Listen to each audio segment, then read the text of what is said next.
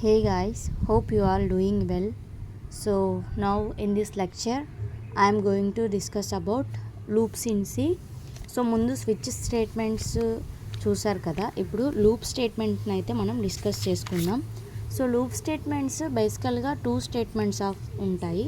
అది ఏంటంటే first one entry controlled loop,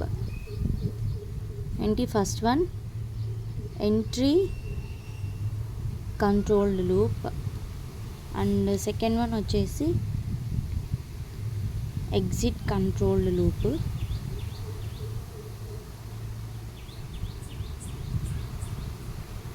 so ఇలా మనకు టూ స్టేట్మెంట్స్ టూ లూప్స్ అయితే ఉంటాయి. ఎంట్రీ కంట్రోల్ లూప్స్కి వచ్చేసరికి ఫర్ వైల్, ఎగ్జిట్ కంట్రోల్ లూప్కి వచ్చేసి డూ వైల్. ఇప్పుడు అవి ఎలా వర్క్ అవుతాయి అనేది మనం ఇప్పుడు డిస్కస్ చేసుకుందాం. ఫస్ట్ ఎంట్రీ కంట్రోల్ లూప్కి ఎలా ఉంటుంది అనేది ఇప్పుడు నేను ఒకసారి ఫ్లో చార్ట్ వేసి చూపిస్తాను చూడండి. సో ఎంట్రీ కంట్రోల్ లూప్కి ఫస్ట్ కండిషన్ అయితే ఉంటుంది. బేసికల్గా లూప్ అంటే ఐటరేషన్ అనమాట, iteration. So repeat is called, multiple repetition is called as iterations actually. So ఈ మల్టిపుల్ రిపిటేషన్స్ వల్ల మనకు టైం అనేది సేవ్ అవుతుంది. అందుకోసం అనేసి మనం లూప్ కాన్సెప్ట్ని ఎక్కువగా తీసుకుంటాం, వాటిని ఎక్కువగా యూస్ చేస్తాం. ఇంట్లో ఫర్ని మాత్రమే ఎక్కువగా యూస్ చేస్తాము, అది మళ్ళీ తర్వాత డిస్కస్ చేసుకుందాం. ఫస్ట్ వీటిని చూద్దాము. సో ఫస్ట్ కండిషన్ ఉంటుంది ఎంట్రీ కంట్రోల్ లూప్స్కి, మళ్ళీ తర్వాత లూప్ బాడీ. సో బాడీ అనేది ఏది ఉంటే అది, ఒకవేళ ఇది ఇదేమవుతుంది కండిషన్లోకి ఐటరేట్ అవుతానే ఉంటుంది. ఒకవేళ కండిషన్ ఫాల్స్ అయితే ఏమవుతుంది, ఎగ్జిట్ అయిపోతుంది. సో ఇలాగైతే మనకు ఫ్లో చార్ట్ అయితే ఉంటుంది ఫర్కి వైల్కి. సో దానికి సపరేట్ ఫ్లో చార్ట్స్ ఉంటాయి, బట్ ఎంట్రీ కంట్రోల్ లూప్స్కి ఇలాగే ఫ్లో చార్ట్ ఉంటుంది. ఎగ్జిట్ కంట్రోల్ లూప్స్కి వచ్చేసి ఫస్ట్ ముందు కండిషన్ ఉండింది కదా ఎంట్రీ కంట్రోల్ లూప్కి, ఎగ్జిట్ కంట్రోల్ లూప్కి మాత్రం ఫస్ట్ బాడీ ఆఫ్ లూప్ ఉంటుంది. బాడీ ఆఫ్ లూప్ తర్వాత నెక్స్ట్ కండిషన్ అయితే ఉంటుంది. సో కండిషన్ ఇలాగున్న తర్వాత ఇఫ్ ఇట్ ఈస్ ట్రూ అయిందనుకోండి, ట్రూ అయితే ఇది మళ్ళీ తిరుగుతూనే ఉంటుంది. ఇక్కడ కూడా అంతే, ట్రూ అయితే ఈ లూప్ బాడీ కండిషన్ అనేది ఐటరేట్ అవుతూనే ఉంటుంది. ఇప్పుడు ఇక్కడ కండిషన్ ట్రూ అయితే ఈ బాడీ అనేది తిరుగుతూనే ఉంటుంది. ఒకవేళ కండిషన్ ఫాల్స్ అయితే ఫాల్స్ బయటకు వచ్చేస్తుంది, ఎగ్జిట్ అయిపోతుంది. సో ఇలాగైతే ఫ్లో చార్ట్స్ అనేవి వర్కౌట్ అవుతాయి. ఓకేనా. సో నెక్స్ట్ వచ్చేసి ఫార్ లూప్ ఎలాగ వర్కౌట్ అవుతుంది అనేది ఇప్పుడు మనం డిస్కస్ చేసుకుందాము. సో బేసికల్గా ఫార్ లూప్ అంటే ఏం లేదు, నేను రాసి చూపిస్తాను చూడండి. సో లూప్స్ ఐటరేట్ అవ్వడమే ఏదైనా ఫార్ లూప్. సో ఫస్ట్ ఇందులో సింటాక్స్ నేను రాసి చూపిస్తాను. సింటాక్స్ వచ్చేసి ఫర్ రాస్తారు, దాని తర్వాత ఎక్స్ప్రెషన్ 1, తర్వాత ఎక్స్ప్రెషన్ 2, దాని తర్వాత ఎక్స్ప్రెషన్ 3. ఇలా 3 టైప్స్ ఆఫ్ ఎక్స్ప్రెషన్స్ అయితే ఉంటాయి. సో ఇందులో ప్రతి ఒక్క ఎక్స్ప్రెషన్ ప్రతి ఒక్క దానికి ఈక్వల్ అనమాట. ఫస్ట్ ఎక్స్ప్రెషన్ వచ్చేసి ఇనిషియలైజేషన్, అది మీకు చెప్పాను కదా నేను, ఫస్ట్ ఇనిషియలైజేషన్ అనమాట. నెక్స్ట్ తర్వాత సెకండ్ ఎక్స్ప్రెషన్ వచ్చేసి కండిషన్. సో ఇది కండిషన్ అన్నమాట. నెక్స్ట్ ఎక్స్ప్రెషన్ 3 వచ్చేసి అప్డేట్ అండ్ మోడిఫై. సో ఇలాగైతే అది వర్కౌట్ అవుతుంది.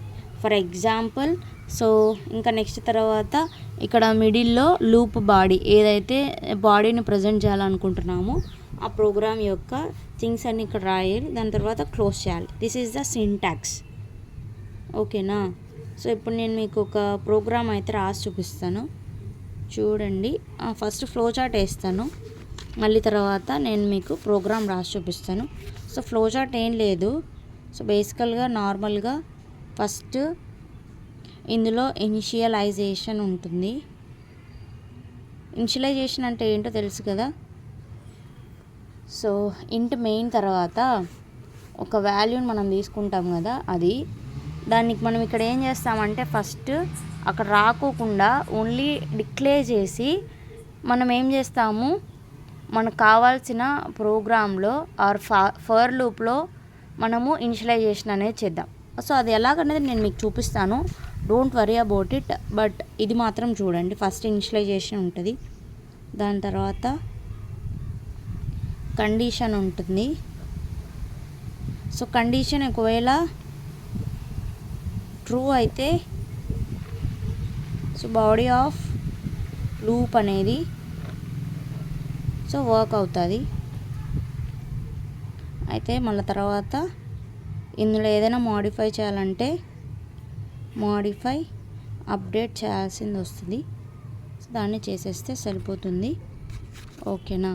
ఇప్పుడు ఒకవేళ ఇది మళ్ళీ ఏమవుతుంది, ఐటరేట్ అవుతూనే ఉంటుంది, రిపీట్ అవుతూనే ఉంటుంది. ఒకవేళ కండిషన్ ఫాల్స్ అయితే బయటకు వచ్చేస్తుంది, ఎగ్జిట్ అయిపోతుంది.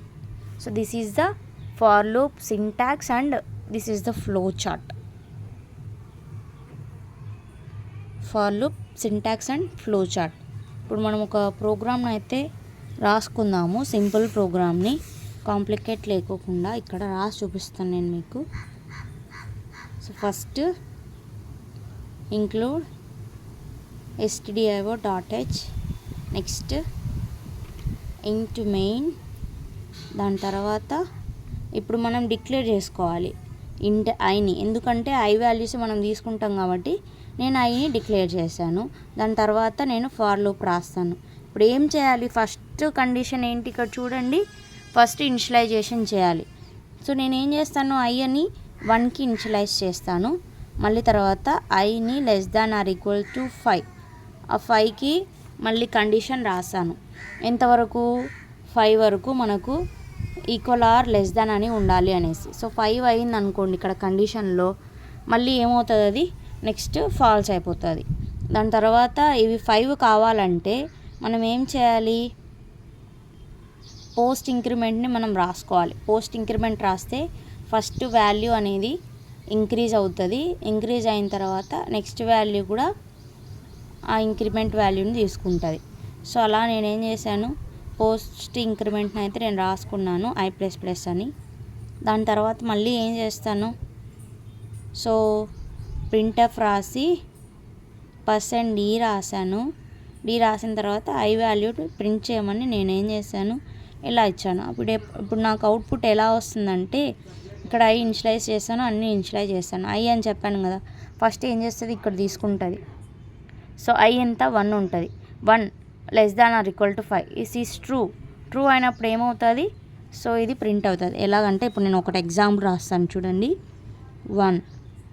1 అనేది less than or equal to 5, ఇది ట్రూ అయింది కాబట్టి సో ఫస్ట్ ఏం ప్రింట్ అవుతుంది, ఇది i++, అంటే ఫస్ట్ ఇది ఇలాగే ఉంటుంది, మళ్ళీ తర్వాత నెక్స్ట్ వాటికి ఇంక్రిమెంట్ అవుతూ ఉంటుంది. సో ఇది ట్రూ కాబట్టి ఫస్ట్ మనకు 1 ప్రింట్ అవుతుంది ఇక్కడ. నెక్స్ట్ వచ్చేసి ఇంక్రిమెంట్ కదా, ఇంక్రిమెంట్ అయితే 1 + 1 అంటే 2 less than or equal to 5, this is also true. ఇప్పుడు ఏమవుతుంది, ఇది మళ్ళీ కండిషన్లోకి వెళ్ళిన తర్వాత ట్రూ కాబట్టి నెక్స్ట్ ట్రూ అనేది ప్రింట్ అవుతుంది. దాని తర్వాత ఇక్కడ ఇలాగ మనకి ప్రింట్ అవుతుంది. ఓకే. సో నెక్స్ట్ వచ్చేసి ఇక్కడ మళ్ళీ ఇంక్రిమెంట్ అవుతుంది, బికాజ్ అది ట్రూ కాబట్టి. ట్రూ అయినప్పుడు ఇప్పుడు ఏమవుతుంది, నెక్స్ట్ ఇంక్రిమెంట్ అయితే 3కి ఇంక్రిమెంట్ అవుతుంది. 3కి ఇంక్రిమెంట్ అయితే 3 less than or equal to 5, this is also true. So next 3 print అవుతుంది. నెక్స్ట్ మళ్ళీ ఇక్కడికి వచ్చి ఇంక్రిమెంట్ అవుతుంది, అప్పుడు 4 less than or equals to 5, that is also true. Then 4, next మళ్ళీ 5 less than or equals to 5. So 5 ఇక్కడ less than or equal to రాస్తాం కాబట్టి ఇది కూడా ట్రూనే. సో 5 వరకు మనకు నెంబర్స్ అనేది ప్రింట్ అవుతాయి. ఇక్కడ /n పెట్టాలి, అప్పుడు మనకి 5 నెంబర్స్ అనేవి ఇవి ప్రింట్ అవుతాయి. ఇలాగైతే వర్కౌట్ అవుతుంది. ఓకేనా. So like this for loop will perform the operations. So you need to do a more practice and you need to do lot of practice. So ఇక్కడ నేను ముందు పోస్ట్ ఇంక్రిమెంట్ అవి చెప్పాను, మీకు ఒకవేళ కన్ఫ్యూజన్గా ఉంటే you can see that there is no issue at all. ఓకేనా guys. So This for loop. Hope you guys understood. See this carefully.